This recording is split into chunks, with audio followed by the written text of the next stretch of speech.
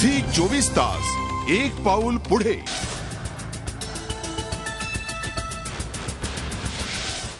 आता वळूयात विदर्भाकडे। चंद्रपूर शहरालगतच्या घुग्गुस या कोळसा खाणींनी वेढलेल्या औद्योगिक शहरात तिरुपती पोल या राष्ट्रवादी काँग्रेस पदाधिकाऱ्याची भर दिवसा वर्दळीच्या मार्गावर हत्या झालेली आहे। 10 शस्त्रधारी युवकांनी त्यांची धारदार शस्त्रांनी हत्या केली आहे।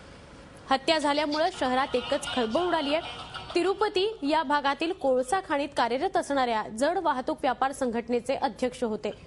घुग्गुस भागात गेले 2 महिने कोळसा वाहतुकीच्या व्यापाऱ्यावर वर्चस्वाच्या लढाईतून हाणामाऱ्या आणि हल्ल्यांच्या घटना अनेक घडताना दिसतात।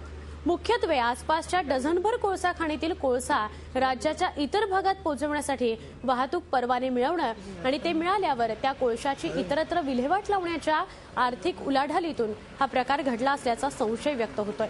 हत्येनंतर या भागात तणाव निर्माण झालाय।